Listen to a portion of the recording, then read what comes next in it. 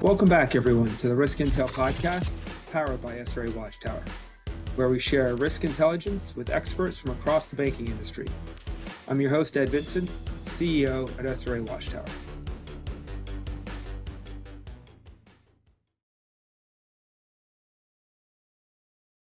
Welcome back to the podcast. I am really excited to have Cathy Jackson rejoin us here today in the podcast. Cathy, as a refresher, is an experienced risk professional, having worn a number of hats from operational leader to risk leader to subject matter expert inside of various sizes of financial institutions, and currently leads the implementation efforts for Watchtower at SRA Watchtower. Cathy, thanks for joining us again today. Happy to be here, Ed. Cathy, we're in the midst of a shift within financial institutions from using outdated quarterly call report content to check the regulatory compliance box to a world in which they incorporate monthly risk data in many cases into strategic decision making. With this dynamic in flight, we're launching this multi-part series of conversations around a set of best practices to consider while evolving an existing program or building a new one to operate in this new world of risk-informed decision-making. So we have, I think, 4 themes that we're going to talk through over the next couple of episodes, starting with our conversation today around a core set of standardized key risk indicators. And I know this is an area that you've been concentrating in recent time. In our next episode, we'll move on and talk about collection of timely data inputs and monitoring that with an increased frequency, at least monthly. We'll move on to, in the third episode, to talk about benchmarking and utilizing a consistent and quantitative methodology there and intersecting that with your institution's personalized risk appetite. And then on our fourth and final episode, we'll talk about consumption, evaluation, and actioning that data by the first, second, and third lines of defense through simple to share components, and also even allowing you to share that data with regulators in order to reduce the effort associated with subsequent exams. So a lot to cover over the next few episodes. But today, let's come back to this first topic of starting with a core set of standardized key risk indicators. So Cathy, let me ask you, this question to kick us off. When you consider a baseline set of KRIs, or agree to use it kind of a standard set of KRIs, how do you think about constructing that baseline set, that starting point? Well, Ed, starting with those that are already being measured is a great place to start. So many times we're already reporting not only within the bank, to senior management and to the board of directors, but we're already reporting information to regulators. And so that's a great place to start. What is already being measured and reported and is familiar throughout the company.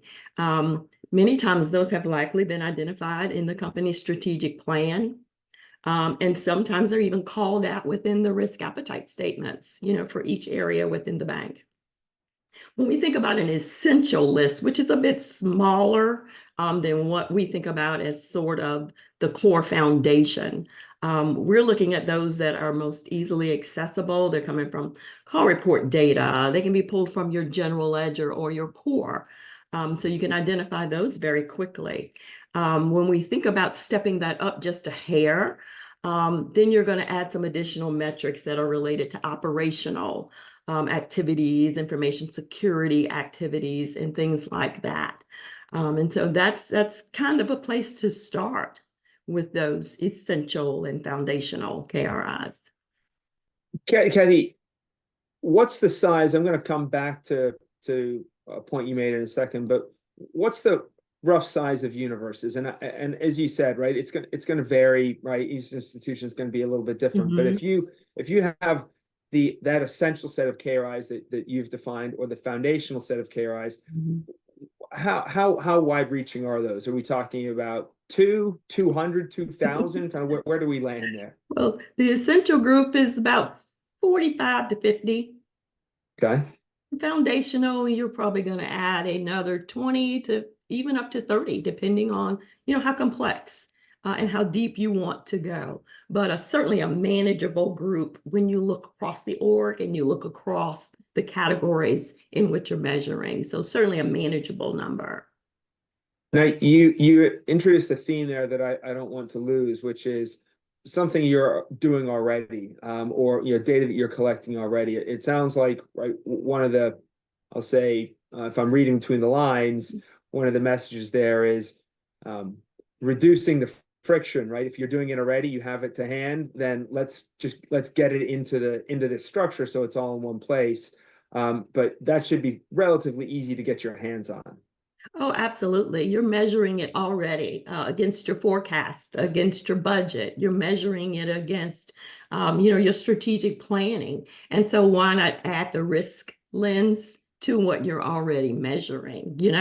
Why not just put the cherry on top? Right. So one of the characteristics that is important is accessibility. If you've got your hands on it already, you're measuring it already, then let's get it into this framework. Any other key characteristics associated with those KRIs when you're defining that initial set? Sure, absolutely. It's information that you can get in a timely manner. It's of course going to be quantifiable, which means it's going to be benchmarkable. It's going to be, again, relevant information, right? Relevant to you and your operations and what you've called out as being, areas where we need to focus.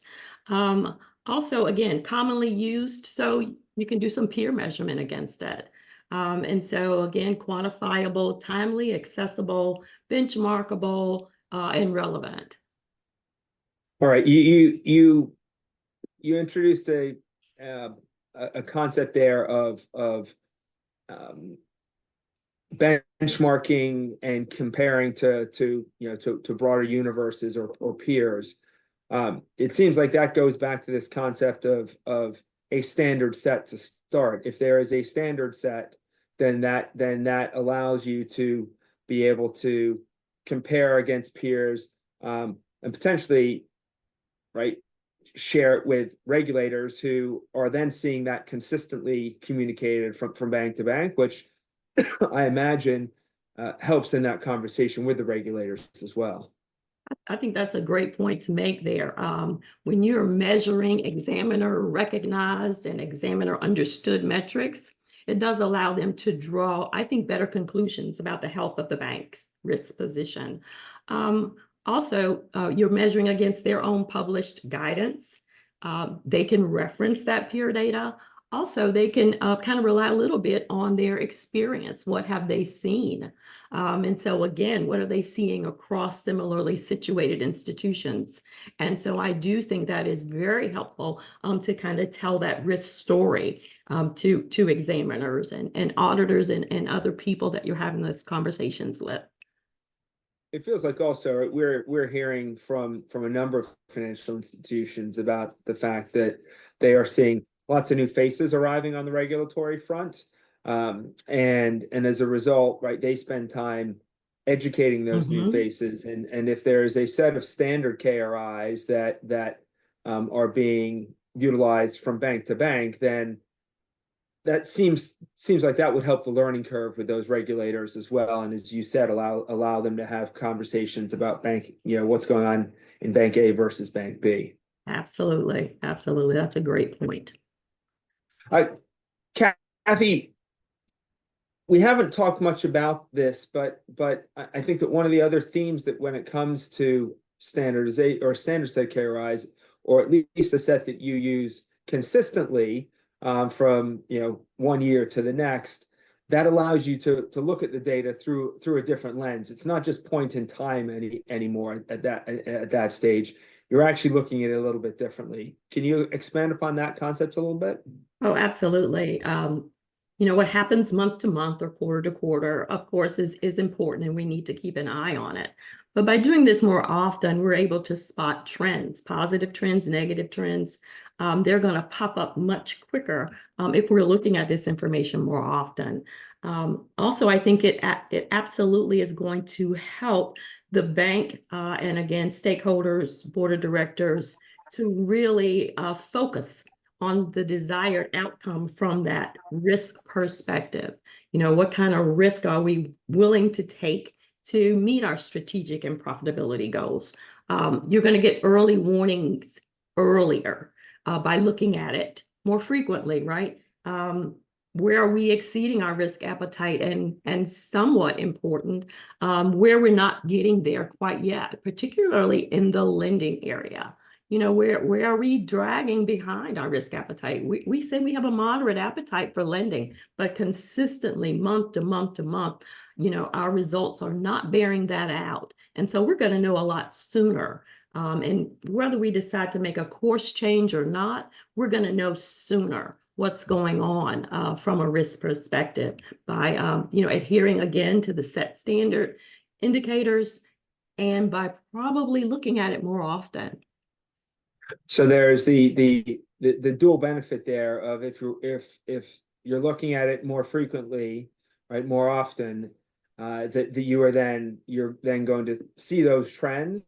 And as I loved your phrase there of getting those early warnings earlier, right? I think that is just it's just a great way to think about it, right? Whether that's a good or bad warning, right? It's a warning that then allows you to double down, course correct, right? Whatever that decision is, and comparing that to your risk appetite gives you the guidepost you're looking for. Absolutely. Where does you mentioned, I think earlier, a few spots from where this data comes from, but where do folks look for this data? Where does it originate? Right. Of course, the general ledger, obviously your customer information system, your core system, but of course your ancillary systems as well. You know, your third-party risk management system, your BSA monitoring system, your third-party risk management, your ALCO, all of those other systems can provide great data that's useful and can give a greater insight into your risk position. And so bringing it in from wherever you have it, I think is definitely the way to go. Again, when you're thinking about BSA, when you think about third party, you know, this will kind of supplement between those risk assessments, right? We do those risk assessments annually, but Right. bringing some metrics more frequently to kind of supplement that information as well. So again, we can kind of see we're shifting, we're changing. You know, we've got something popping over here that we would certainly look at when we do that deep dive for the risk assessment, but why not see it, you know, more frequently by pulling that in as well into this system? Underpinning that concept of pulling this data together into one place is the fact that there are typically best in class, I'll say, point solutions in those various areas. It is unlikely that any individual solution is going to be the best across, right, 8 different categories of risk. And so it is really about being ready, willing, and able to pull data from multiple places and ingest it into a single platform, whether that's a manual process, whether there are direct connections, whether there are, you know, file ingestion mechanisms, but understanding that data is going to be in multiple different places. That's the dynamic of having best in class individual systems that allow you to excel in each of those areas. And really what you want is to pull that data together to get you that holistic picture. Absolutely. You want to normalize those values, you know, across some measurement points. Of course, we love the 5 lanes of risk because of the granularity that you get with that. You know, something can be very low. It can be low, it can be high, it can be very high. And so when you normalize across the 5 lanes, everyone understands. Or, you know, if your choice is the 3 lanes, but as long as you normalize that with a consistent methodology, you're going to get results that you can look at across all the data and make the right assessment and the right decisions. So it's not just about ingestion is, I'll say, half the battle there. The other half is then getting it normalized so you can look at it and apply a consistent analytical framework, if you will, Yes.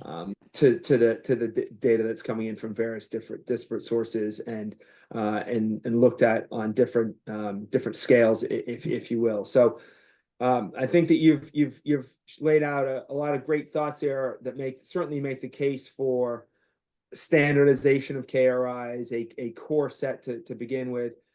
Any other observations that you have, Cathy, that we should think about as we bring this to a conclusion?